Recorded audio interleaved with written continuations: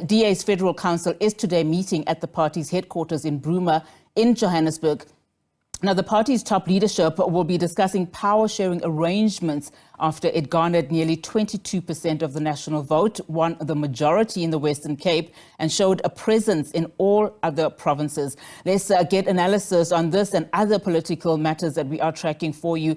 We're joined now by Professor Ntsikelelo Breakfast.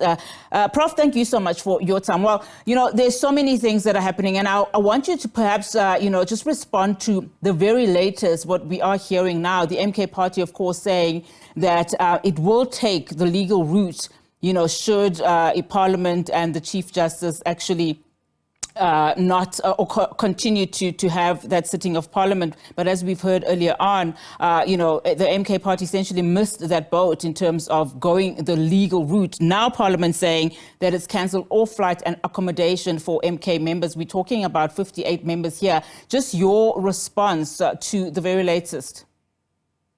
Well, I'm not taken aback by the turn of events. I saw it coming because MK, in the build-up to the elections, they had predicted that they were going to get 2/3 a majority, and they feel cheated.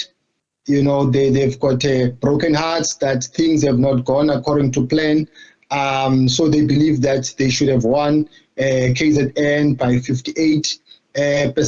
They also believe that the electoral performance of political parties in terms of the lineup is fundamentally flawed, in the sense that they don't believe that the DA can be in number 2. They believe that they should have been there, or they should have won the election. Now, I don't want to say that they've got a legitimate grievance, but I think it is within their right to institute a legal action if they want to put the parliamentary process on hold. I would prefer that than posing a threat to the country. And thank goodness, we have not had any reports of that nature. But there have been security threats that have been intercepted, in particular in KZN. But I think it's better to institute a legal action or to stay away from the parliamentary proceedings. So I think that is fine, and that is within their right. I'll continue with the MK party in a moment, but just looking at what other various parties are currently doing, just in that introduction, saying that the DA's Federal Council is meeting at its headquarters today. There is mounting pressure to find common ground as coalition talks, gain momentum. And in the context of not having a majority party to set up a 7th administration, let's then talk about the next crucial days running up to the National Assembly's expected first sitting. Your perspective in terms of, firstly, the ANC's proposed government of national unity, and perhaps the best position for the country in your view? The challenge, Unati, is that I think the framers of the Constitution, they never envisaged a situation whereby the ANC would be voted out of power. No wonder, for instance, one of the constitutional provisions, I think it's section 51, is that a government has to be constituted in 14 days. So that tells me that when they were crafting the Constitution, the thinking was revolving around the ANC. But now there have been some political dynamics. So I think some of the sections of the Constitution will have to be changed to accommodate the way things are, because in terms of international best practices, before you constitute a government, you have to have negotiations whereby you discuss about the kind of government that you want and so on, power sharing, and even the government of national unity of 1994. It was a byproduct of the democratization process. It was a byproduct of political transition to a democracy. Remember, even before Codesa 1 and 2, there were other meetings, the Dhaka meeting, the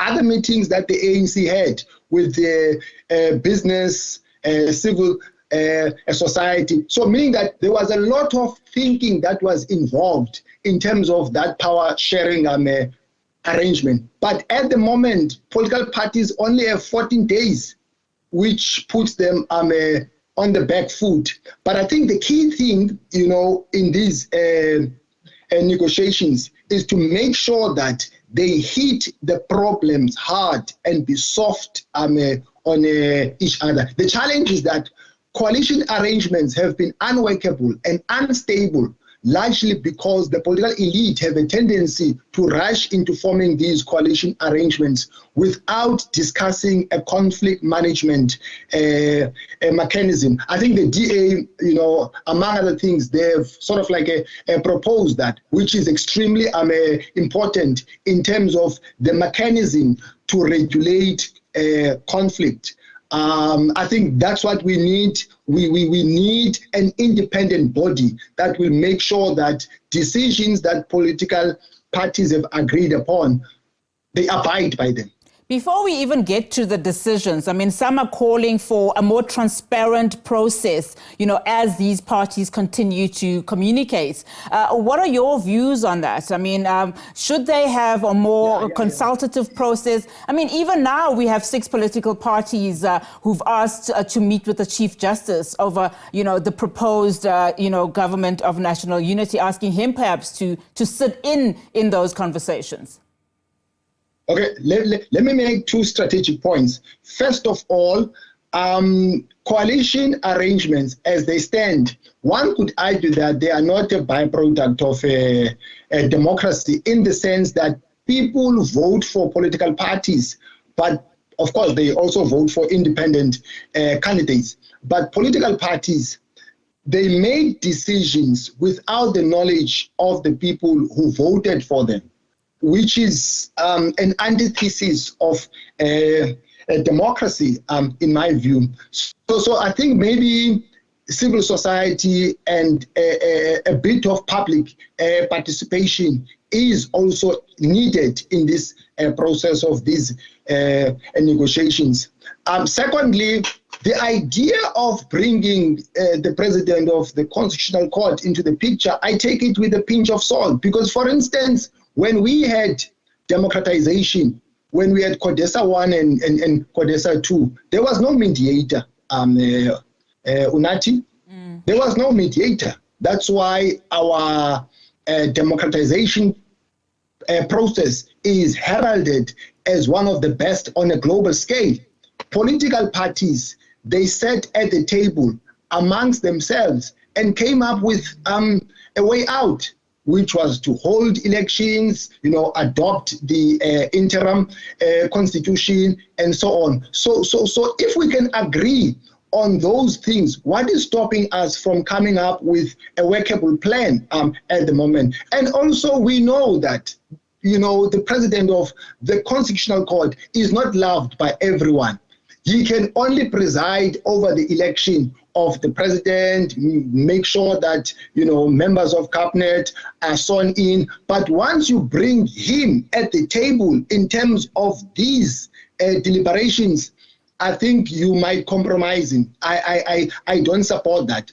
Yes, I understand that time is against us. We can have problem-solving workshops, but then we're left with a few days in terms of addressing these issues. But I don't think that he is needed in these political discussions. And as we've heard earlier on, it could also, compromise him, and particularly as it relates, to the code of conduct. But Prof, thank you so much for your time and for coming on to the show. Professor Ntsikelelo Breakfast, just weighing in some of the political developments that we are seeing